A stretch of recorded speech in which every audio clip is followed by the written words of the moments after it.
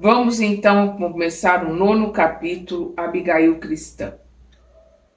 Desde o martírio de Estevão, agravara-se em Jerusalém o movimento de perseguição a todos os discípulos ou simpatizantes do caminho.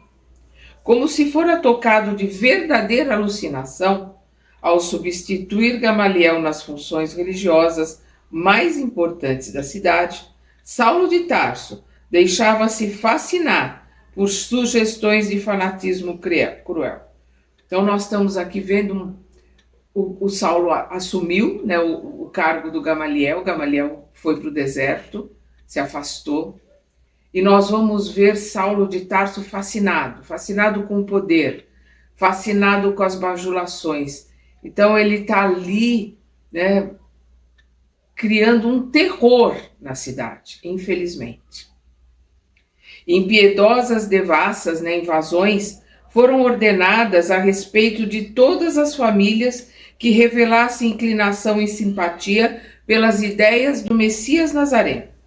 A igreja modesta, onde a bondade de Pedro prosseguia socorrendo os mais desgraçados, era rigorosamente guardada por soldados, com ordem de impedir as prédicas, as pregações, que representavam o brando consolo dos infelizes. Então, Saulo colocou soldados ali, né, na frente da igreja, né, que é a assembleia, né, ali onde era a casa do caminho, para que eles não pudessem fazer nenhum tipo de pregação acerca do evangelho ou acerca de Jesus. Obcecado pela ideia de resguardar o patrimônio farisaico, o moço tarsense entregava-se aos maiores desmandos e tiranias. Homens de bem foram expulsos da cidade por meras suspeitas. Operários honestos e até mães de família eram interpelados em escandalosos processos públicos, que o perseguidor fazia questão de movimentar. Iniciou-se um êxodo, né? Uma fuga, uma saída ali de Jerusalém. Iniciou-se um êxodo de grandes proporções, como Jerusalém há muito não via. E aí nós vamos ver quem que está deixando Jerusalém, quem que está fugindo da fúria de Saulo? Os cristãos. Então nós estamos vendo que, né, como Emmanuel coloca, indiretamente o mal sempre trabalha para o bem. Esse fanatismo, essa obsessão, né, de Saulo ali contra os seguidores de Cristo, de Jesus, contra os homens do caminho, fez com que os cristãos se espalhassem, saíssem de Jerusalém e fossem para todos os cantos. Eles não iam deixar de ser cristãos. Então, foi uma forma também deles começarem a levar as ideias de Jesus, né, as ideias do Messias, do Cristo, para outros lugares. A cidade começou a despovoar-se de trabalhadores.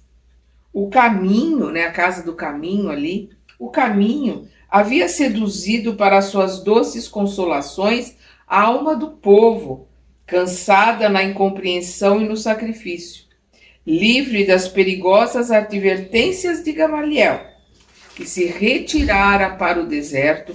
Quer dizer, perdão, eu falei perigosas, não, ao contrário, muito ao contrário, livre das prestigiosas advertências de Gamaliel, do prestígio, do conhecimento, do entendimento, da ponderação de Gamaliel. O Saulo não tinha mais o Gamaliel, o chefe ali agora ele. Então ele não tinha aquelas ideias nem a amorosidade, né, o conhecimento do Gamaliel para auxiliar. Então, livre das prestigiosas advertências de Gamaliel, que se retirara para o deserto, e sem a carinhosa assistência de Abigail, que lhe facultava generosas inspirações, o futuro rabino parecia um louco, em cujo peito o coração estivesse ressequido. Em vão, mulheres indefesas suplicavam-lhe piedade. Inutilmente, crianças misérrimas pediam complacência para os pais abandonados como prisioneiros infelizes. Então nós vemos ali um Saulo de Tarso tocando terror em Jerusalém. Um homem completamente alucinado, obsediado ali, né, pelos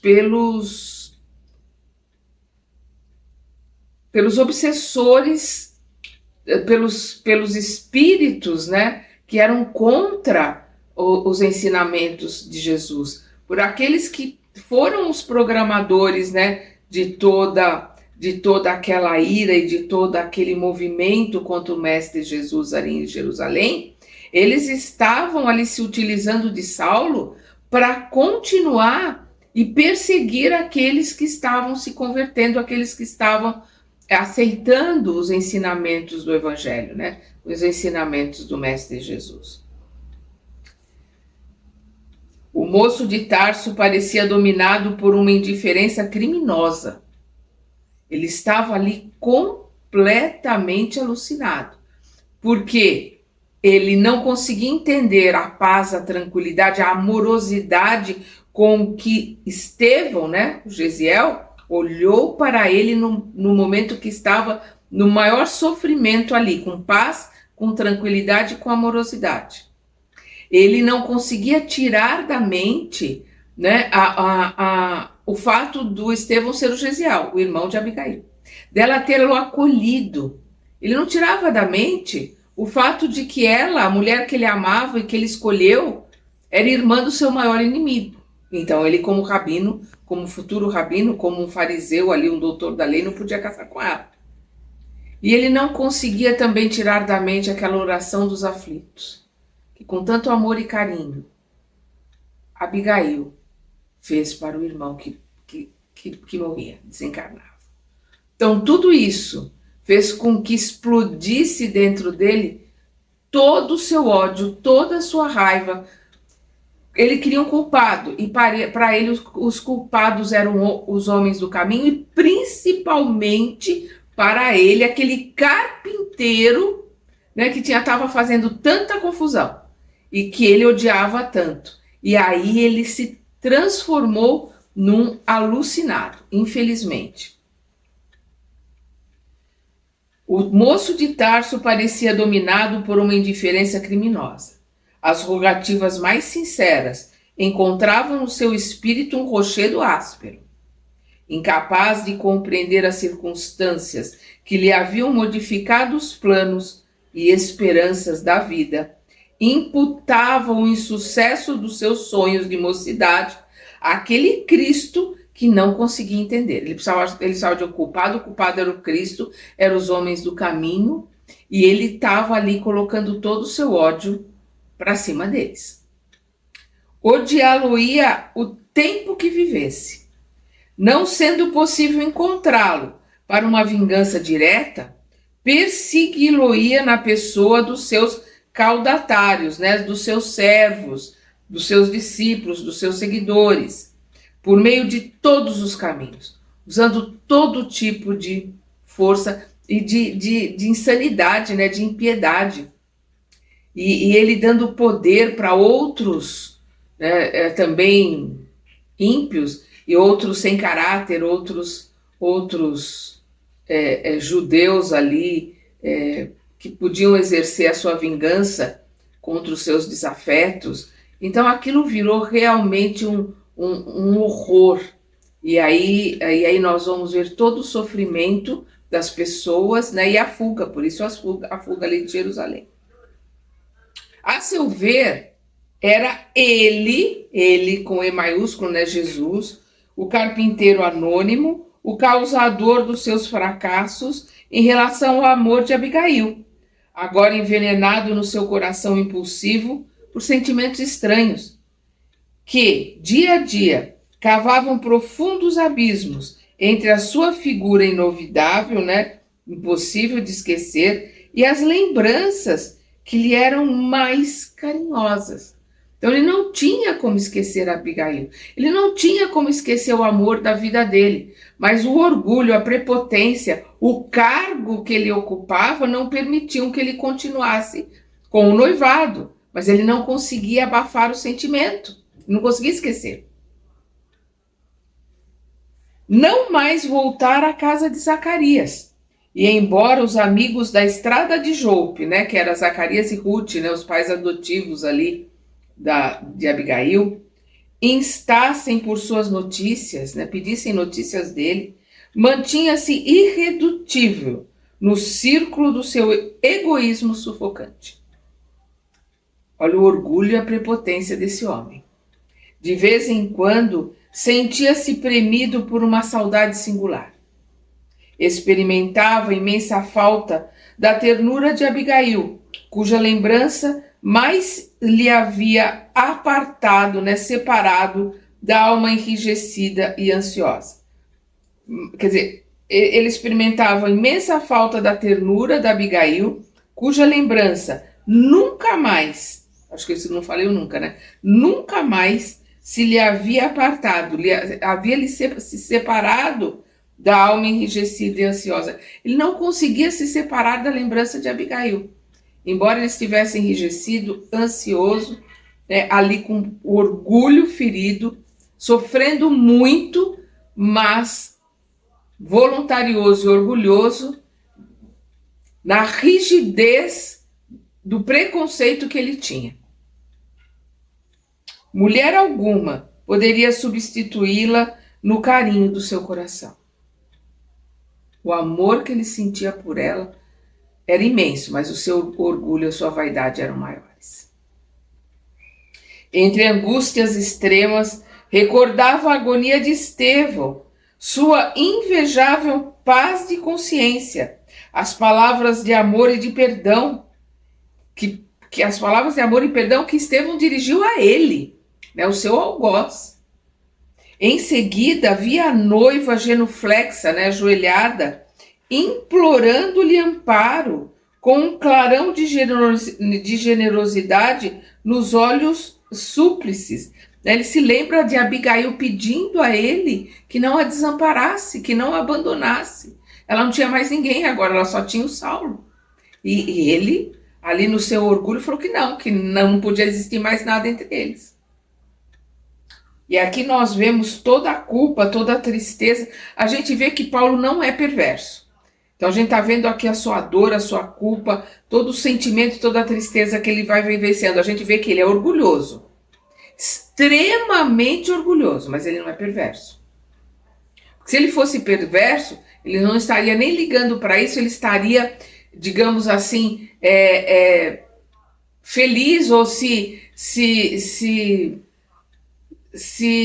vangloriando ou gostando mesmo do mal, da fúria, do medo que ele estava causando, fazendo com que as pessoas tivessem ali tanto medo dele, daquela situação. E não, ele estava sofrendo, ele estava numa profunda tristeza, ele estava amargurado, né? Ele estava ali sentindo muita saudade da Abigail. Jamais esqueceria aquela prece angustiada e comovedora, aquela prece dos aflitos que Abigail fez, né? Que ela fizera ao abraçar o irmão nos derradeiros instantes de vida. Não obstante a perseguição cruel que o transformara em mola central de todas as atividades contra a igreja humilde do caminho, Saulo sentia que as necessidades espirituais se multiplicavam no espírito sedento de consolação.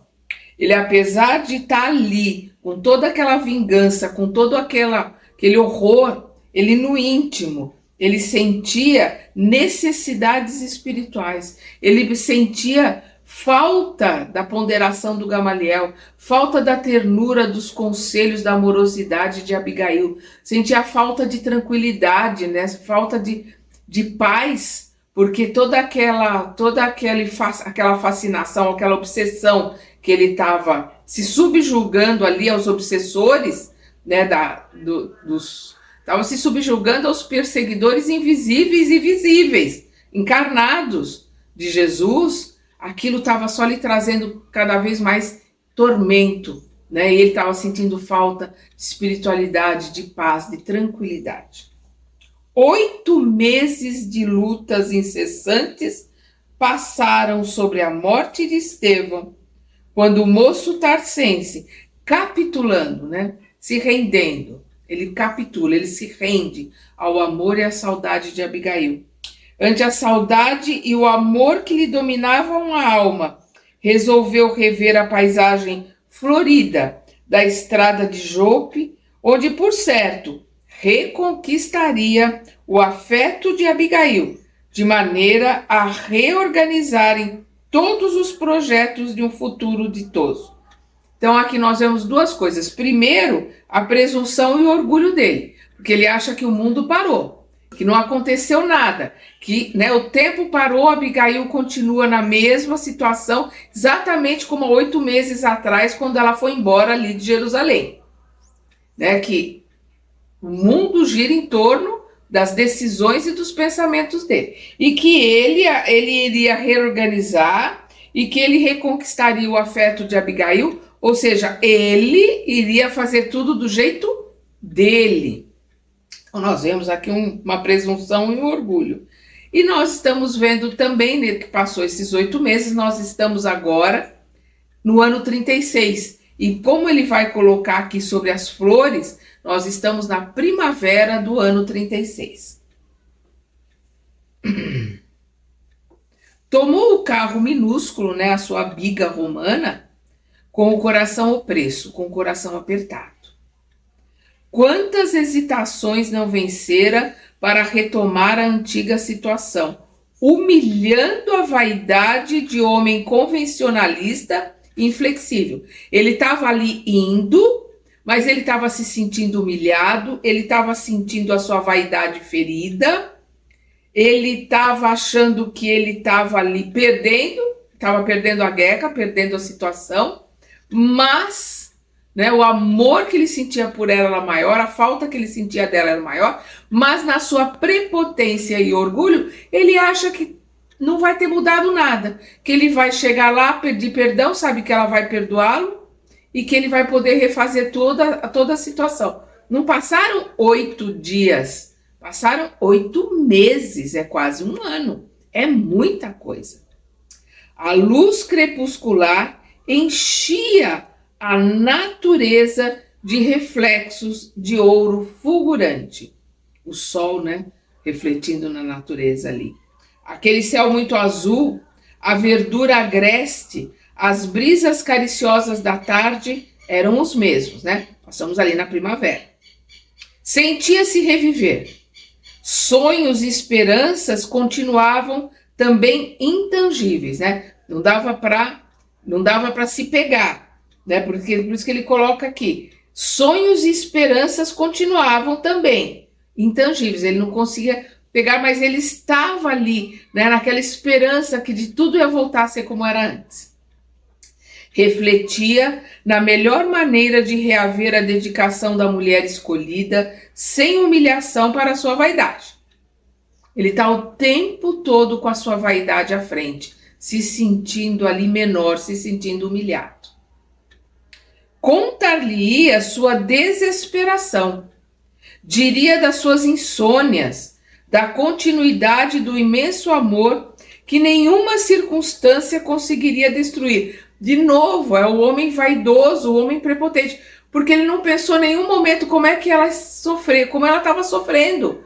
Ela perdeu o irmão, ela perdeu o noivo, ela saiu dali com febre, ela saiu dali amargurada.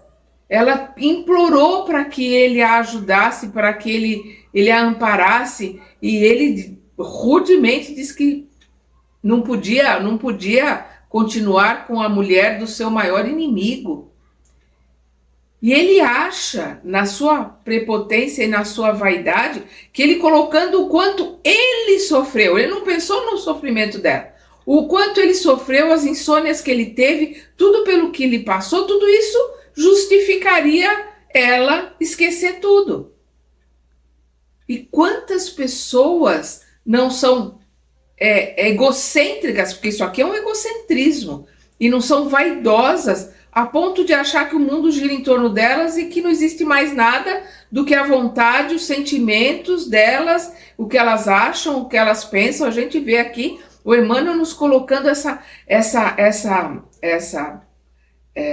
lado, essa visão da personalidade do Saulo extremamente narcisista, orgulhoso, vaidoso, né? Insensível até, de com uma insensibilidade muito grande em relação aos sentimentos de Abigail, que ele não pensa nem um minuto. Então aqui, contar-lhe-ia sua desesperação, né? O quanto ele sofreu. Diria das suas insônias, olha o padecimento que eu tive. Da continuidade do imenso amor que nenhuma circunstância conseguiria destruir. Embora mantivesse firme o propósito de omitir toda e qualquer alusão ao carpinteiro de Nazaré, falaria a Abigail do remorso por não lhe haver estendido mãos amigas no instante em que todas as esperanças de sua alma feminina se haviam abalado ante o imprevisto da morte dolorosa do irmão, em circunstâncias tão amargas. Então, de novo, ele não está aqui pensando no sofrimento dela, ele está pensando no remorso que ele sentiu, porque o remorso faz parte da vaidade. Quando a pessoa começa com o remorso e depois ela já muda para o arrependimento e o ressarcimento, tudo bem. Mas quando ela fica no remorso, ela está ali dentro do ego, dentro da vaidade. Eu, o magnânimo, estou sofrendo aqui pela situação por aquela situação que aconteceu. Então, o fato de eu estar sofrendo já é o máximo, porque eu sou o magnânimo.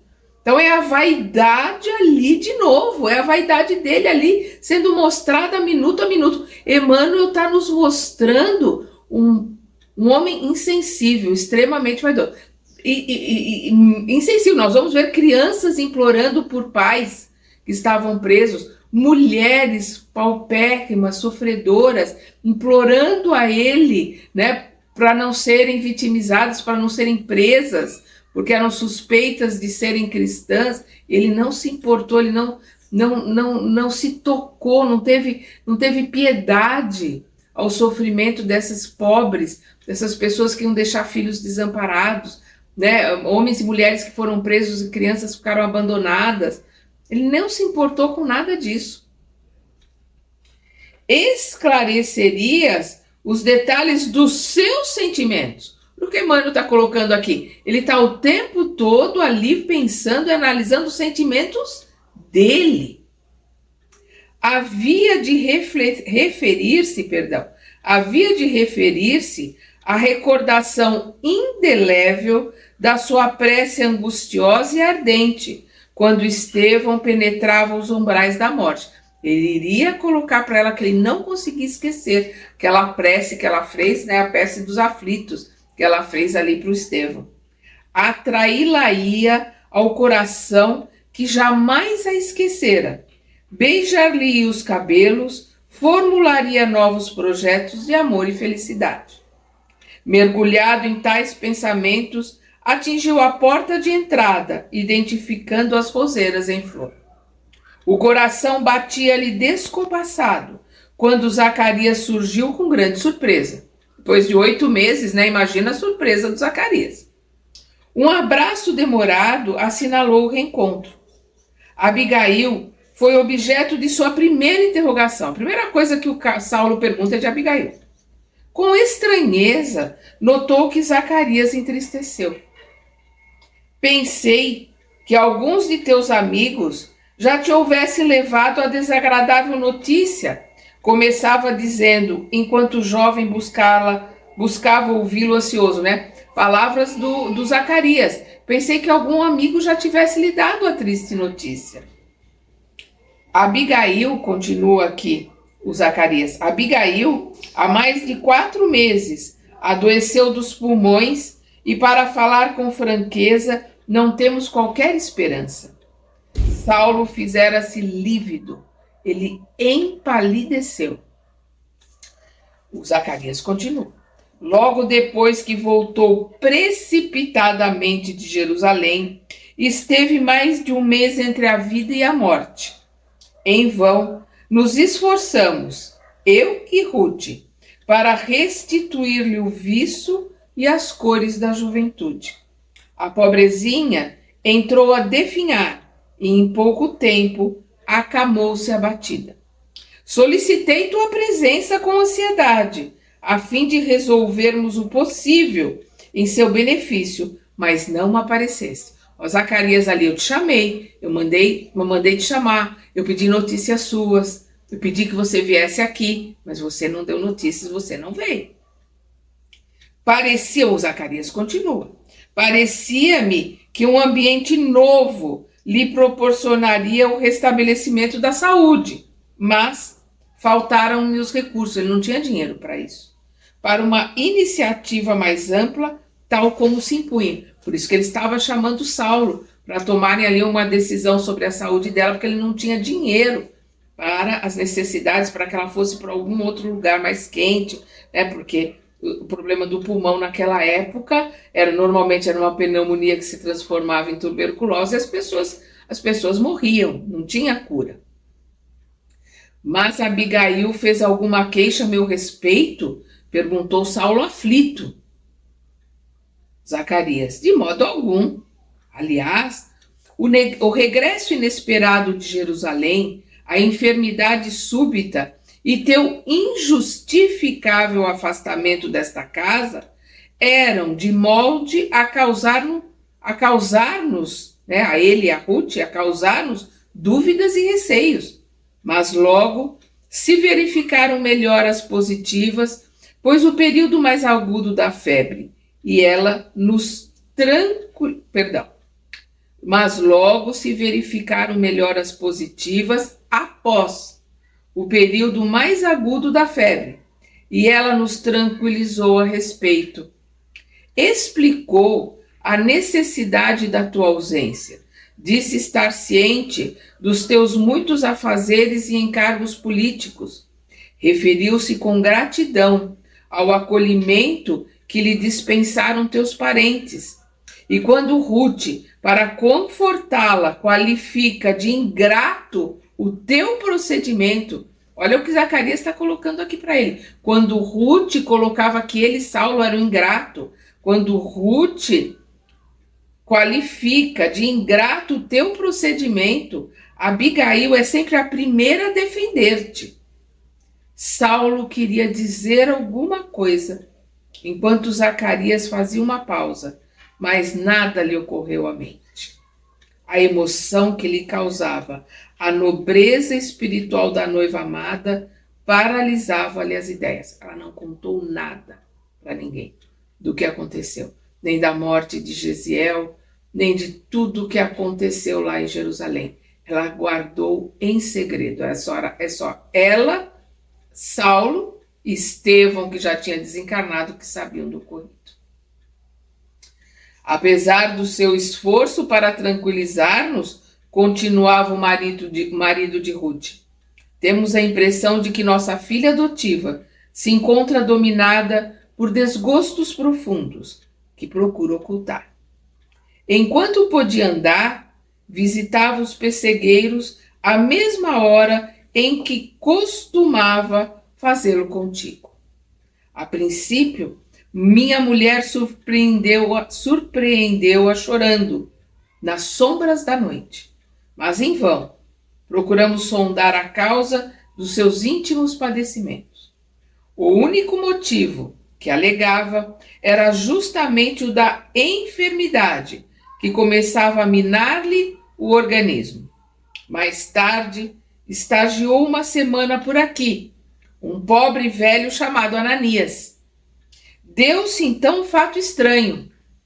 Abigail encontrou em casa dos nossos rendeiros, né, arrendatários, as pessoas que alugavam um pedaço de terra para poder plantar, né, e ficavam com uma parte da produção, e o resto da produção eles entregavam para os senhores da terra. Encontrou-o em casa de nossos rendeiros e todas as tardes,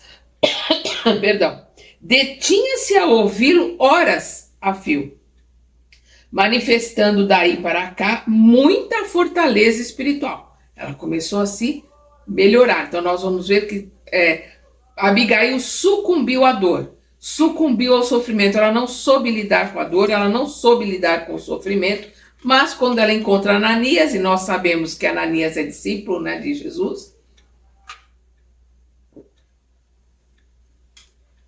ela começa a se fortificar, porque aí ela passa a lidar melhor com o sofrimento, né?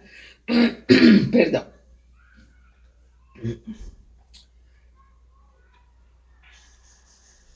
Ao despedir-se, o pobre mendigo, né, o Ananias, deu-lhe como lembrança alguns pergaminhos com os ensinamentos do famoso carpinteiro de Nazaré. Perdão. Então nós vamos ver aqui que aqueles que sabiam ler copiavam, né? O pergaminho era muito caro, tinta era muito cara naquela época. Perdão. O pergaminho era feito com o couro, né, das ovelhas. A tinta era feita com a tintura de lula, era um negócio caríssimo. Perdão. Mas mesmo assim, mesmo pobres, eles copiavam e eles iam trocando, iam distribuindo, eles copiavam e davam para aqueles que queriam aprender, para aqueles que queriam saber dos ensinamentos do Cristo. E nós estamos falando aqui em 36, enquanto a história vai dizer que os primeiros pergaminhos, os primeiros escritos de Mateus começaram nos anos 60. E não, a gente está vendo aqui, vimos em 35, Gamaliel ali recebendo, Estevão, né, lendo os pergaminhos de Mateus, né, de Levi, Gamaliel recebendo cópias do pergaminhos de Levi, agora Abigail recebendo cópia, né, dos ensinamentos de Levi. E esses pergaminhos de Levi se perderam com o tempo, porque não é Levi que escreve o Evangelho de Mateus. Porque o que acontecia naquela época? As pessoas juntavam os conhecimentos, escreviam e colocavam em nome de alguém que elas tinham muito respeito, né? Ou das ideias as ideias de quem eles haviam recebido. Então, aqueles ensinamentos, mas Levi colocava assim, mas Levi colocava assim. Aí eles passavam para o papel e colocavam, né? Evangelho segundo Levi, né? Segundo Mateus. Mas não foi esse que foi escrito por ele, que rodava de mão em mão, isso se perdeu durante a perseguição. E aqui nós vamos a gente imagina a cara do Saulo quando Zacarias falou que ela recebeu um pergaminho sobre os ensinamentos do carpinteiro de Nazaré. Do carpinteiro atalhou Saulo, evidentemente contrariado, a gente imagina.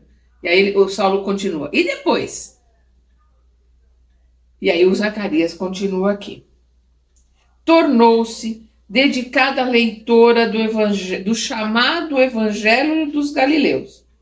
Consideramos a conveniência de afastá-la de semelhante novidade espiritual. Mas Ruth ponderou ser essa agora a sua única distração. Com efeito, desde que começou a falar no discutido Jesus Nazareno, observamos que Abigail se enchera de profundas consolações. Então ela não estava sabendo lidar com o sofrimento, com o evangelho, com os ensinamentos de Jesus. Ela passou a entender, ela passou a se consolar, ela passou a ter a adquirir uma maturidade espiritual que fez com que ela se modificasse. Perdão. E o fato, aqui continua Zacarias, e o fato é que não mais a vimos chorar, embora se lhe não apagasse do semblante abatido a dolorosa expressão de amargura e melancolia. Sua conversação daí por diante parece haver adquirido inspirações diferentes. Perdão. A dor transformou-se-lhe em confortadora expressão de alegria íntima.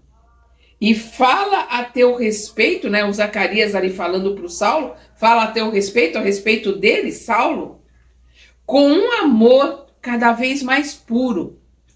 Dá a impressão de haver descoberto nos misteriosos escaninhos da alma a energia de uma vida nova.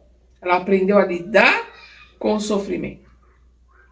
Depois de um suspiro, Zacarias terminava. Continua Zacarias falando. Contudo, a mudança não alterou a marcha da enfermidade que a devora devagarinho. Vocês estão escutando um barulho aqui? Tem uma escola aqui perto do prédio, né? De vez em quando a gente escuta aí as crianças brincando. Contudo, a mudança não alterou a marcha da enfermidade, que a devora devagarinho. Dia a dia, vemo-la inclinar-se para o túmulo, como flor que tomba do hastil do caule ao sopro do vento forte. Saulo experimentava indisfarçável angústia. Penosa emoção revolvia-lhe a alma caprichosa e sensível. A gente viu o quanto ele é caprichoso. Como definir-se? Esmagavam-lhe o espírito amargurosas interrogações. Quem era, afinal, aquele Jesus que o topava em toda parte? O interesse de Abigail pelo evangelho perseguido revelava a vitória do carpinteiro nazareno a contrastar os próprios sonhos de sua mocidade. Então, ali de novo, o orgulho dele falando mais alto. Ele está colocando ali aquela situação. O carpinteiro venceu. Abigail agora é uma leitora, uma simpatizante das ideias desse carpinteiro. Então ele ali sente como sendo vencido. A gente está vendo ali ele se sentindo vencido e enciumado, né, da situação ali dela em relação ao carpinteiro. Mas Zacarias perguntou irritadiço o doutor de Tarso. A gente imagina como ele devia estar irritado. Mas Zacarias perguntou irritadiço o doutor de Tarso: por que não impedisse semelhante contato? Esses velhos feiticeiros percorrem as estradas disseminando a confusão. Surpreende-me essa condescendência, ou seja, essa flexibilidade, porquanto nossa fidelidade à lei, a lei com L maiúsculo, né? A Torá é lei. Porquanto nossa fidelidade à lei não admite, ou pelo menos nunca deverá admitir transigências. O interpelado, né, o Zacarias, recebeu a recriminação com serenidade e acentuou. Palavras do Zacarias. Antes de tudo, importa considerar que pedi em vão o socorro da tua presença para orientar. Ou seja, ele devolve ali para o Saulo. Eu pedi a tua presença, eu te chamei. Eu pedi para que você pudesse vir nos orientar. Você não vem. A gente não pode esquecer que não foram 8 dias, foram 8 meses que ele se manteve afastado. E continua Zacarias, e além do mais, quem teria coragem de sonegar o remédio ao doente amado? Desde que lhe vi a resignação santificada, fiz o propósito de não me referir aos seus novos pontos de vista em matéria de crença religiosa. Como Saulo estivesse engolfado em profundas cismas, né, em profundas preocupações, sem saber o que responder, o homem rematou. Zacarias continua: vem comigo, verás com os próprios olhos. Saulo não teve resposta, ele foi chamado. O Zacarias queria ali o conselho dele, queria ali a ajuda dele, e ele não se dignou nem a responder para o Zacarias. Mas a gente não pode esquecer disso. O rapaz seguiu-lhe os passos cambaleando. As ideias baralhavam-se-lhe no cérebro dolorido. Aquelas notícias inesperadas envenenavam-lhe o coração. Reclinada no leito, assistida pela afeição maternal de Ruth, a moça de Corinto, né, Abigail, estampava no rosto um profundo abatimento. Muito magra, a epiderme adquirira a cor do marfim, mas o olhar lúcido denotava absoluta calma espiritual. Carinhosa serenidade estampava-se-lhe na fisionomia entristecida. De vez em quando, renovava-se a dispneia, a falta de ar, com prolongada aflição, voltando-se então para a janela aberta, como se dali esperasse remédio ao seu cansaço, pelas brisas frescas que chegavam do seio generoso da natureza. Ao vê-la, Saulo não dissimulou seu espanto. A jovem, por sua vez, recebendo a jubilosa surpresa, tomou-se de sincera e transbordante alegria. Saudações afetuosas se trocaram entre ambos, enquanto os olhos traduziram a saudade angustiosa com que haviam esperado aquele momento. O futuro rabino acariciou-lhe as mãos mimosas, que pareciam agora modeladas em cera translúcida. Falaram da esperança que os alentava, os animava, constante, antes do reencontro. Notando que eles desejavam ficar a sós para confidenciar mais à vontade, Zacarias e Ruth retiraram-se discretamente. Abigail, exclamou Saulo comovidíssimo, logo que se viram a sós. Abdiquei o meu orgulho e a minha vaidade de homem público para vir até aqui perguntar se me perdoaste, se me não esqueceste. De novo, olha o Saulo, abdiquei do meu orgulho e da minha vaidade de homem público para vir aqui perguntar se me perdoaste e se me não esqueceste. Abigail, esquecer-te? Respondeu ela de olhos úmidos. Por mais rude e longa que seja a estação de sol ardente, a folha do deserto não poderá esquecer a chuva benéfica que lhe deu vida. Não me fales igualmente em perdão, pois acaso poderá alguém perdoar-se a si mesmo? O que Abigail está colocando aqui, que ela e Saulo eram um só. Nós vemos aqui o amor sublime, o amor incondicional de Abigail para Saulo. Um amor verdadeiro. E Abigail continua, e nós, Saulo, pertencemos-nos um ao outro para a eternidade. Não me dissestes muitas vezes que eu era o coração do teu cérebro? Ouvindo o timbre caricioso daquela voz amada, o jovem de Tarso comovia-se nas entranhas do próprio ser arrebatado e ardente. Aquela humildade e aquele tom de ternura penetravam-lhe o coração, reconquistando-lhe o discernimento para o caminho reto. Porque ele tinha perdido desse discernimento para o caminho reto. Ele estava completamente perdido, alucinado ali, como um monstro, que é o que ele virou ali em Jerusalém. E a gente vê aqui o Emmanuel colocando que as palavras, o amor, aquele envolvimento amoroso, penetravam-lhe o coração, reconquistando-lhe o discernimento para o caminho reto. Guardando entre as suas as mãos pálidas da noiva, exclamou com um lampejo de alegria nos olhos: por que dizes que, abre aspas, eras o coração, fecha aspas, se ainda és e sê-lo-ás para sempre? Deus abençoará nossas esperanças. Realizaremos nosso ideal. Voltei para levar-te comigo. Teremos um lar. Serás nele a rainha. Dominada por infindável alegria, a noiva que o contemplava com lágrimas murmurou: desconfio, Saulo, que os lares da terra não foram feitos para nós. Deus sabe quanto desejei ardentemente ser a mãe carinhosa de teus filhos. Como conservei o ideal acima de todas as circunstâncias para aformosear tua existência com o meu carinho.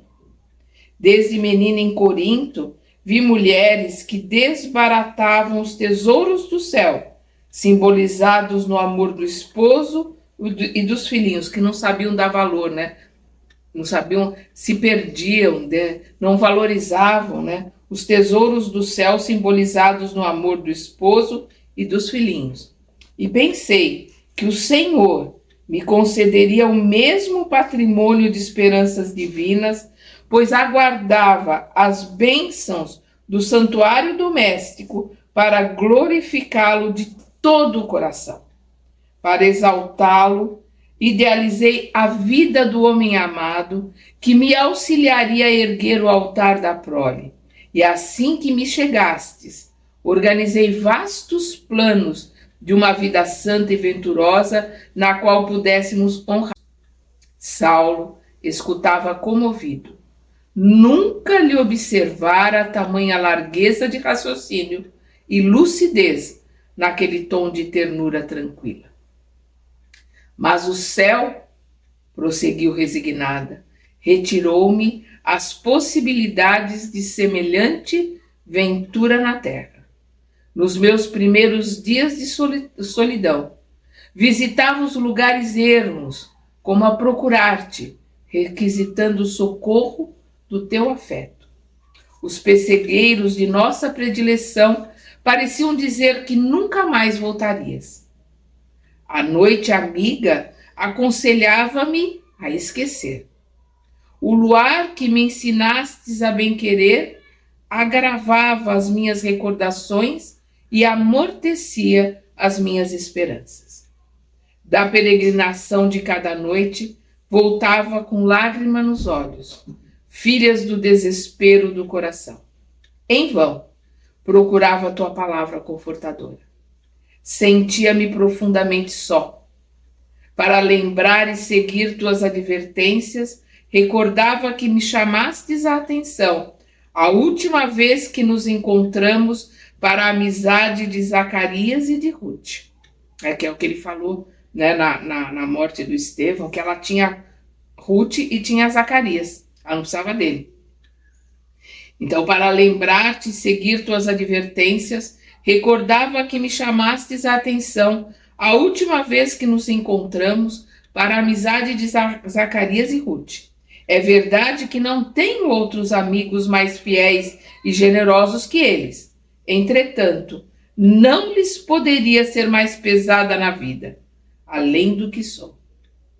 Evitei então confiar-lhes minhas angústias, ou seja, ela não contou absolutamente nada a eles. Nos primeiros meses da tua ausência, amarguei sem o consolo, nos primeiros meses da tua ausência, amarguei sem consolo a minha grande desdita, né, o meu grande sofrimento. Foi quando surgiu aqui um velhinho respeitável, chamado Ananias, que me deu a conhecer as luzes sagradas da nova revelação. Conheci a história do Cristo, o Filho do Deus vivo. Devorei o seu evangelho de redenção. Edifiquei-me nos seus exemplos.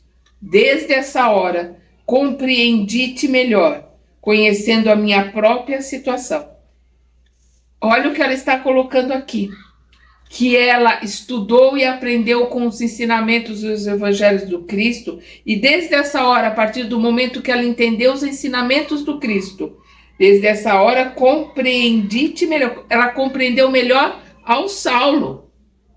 Ela aprendeu a entender, aprendeu a perdoar, né? Aprendeu a fragilidade do ser humano através do amor de Jesus. Então ela aprendeu a compreender melhor o Saulo, conhecendo a minha própria situação, entendendo e assimilando a própria situação dela. Súbito acesso de tosse cortou-lhe a narrativa. As palavras da noiva caíam-lhe no coração como gotas de fel. Imagina como aquelas palavras, né, dela ali, dizendo que ela era cristã agora, que ela tinha assimilado os ensinamentos do Cristo. Então, as palavras da noiva caíram-lhe no coração como gotas de fel. Nunca experimentara a dor moral tão aguda. Verificando a sinceridade natural, o carinho doce daquelas confissões, sentia-se pungido, né, afligido, de acerbos remorsos. Como pudera abandonar assim a escolhida de sua alma, olvidando-lhe, né, esquecendo-lhe a fidelidade e o amor. Como eu pude me afastar? É o que Saul estava ali. Como eu pude me afastar? Como eu pude esquecer desse amor? Como eu pude esquecer dessa fidelidade dela? Onde encontrar a tamanha dureza de espírito para esquecer deveres tão sagrados? Agora ele está se apercebendo da dureza do espírito, da dureza do coração dele, da vaidade, da insensibilidade dele. Onde encontrar a tamanha dureza de espírito para esquecer deveres tão sagrados? Agora vim encontrá-la desfalecida, desiludida de realizar na terra os sonhos da juventude. Além de tudo, o carpinteiro odiado parecia tomar-lhe o lugar no coração da noiva adorada. Naquele momento, não experimentava apenas o desejo de lhe arrasar a doutrina e os adeptos, mas sentia ciúmes dele na alma caprichosa. Então nós vemos o desespero dele ali e ver Abigail como cristã. A gente vê ali ele caindo em si, de tê-la abandonado, de ter sido tão frio, de ter sido tão duro, e principalmente enciumado por aquele conhecimento, por ela estar se dedicando ao conhecimento daquele carpinteiro que ele odiava tanto. E ele caindo em si também de não estar ali para amparar Abigail, que a olhos vistos, ele estava ali, estava aqui tentando se enganar, mas a olhos vistos estava morrendo.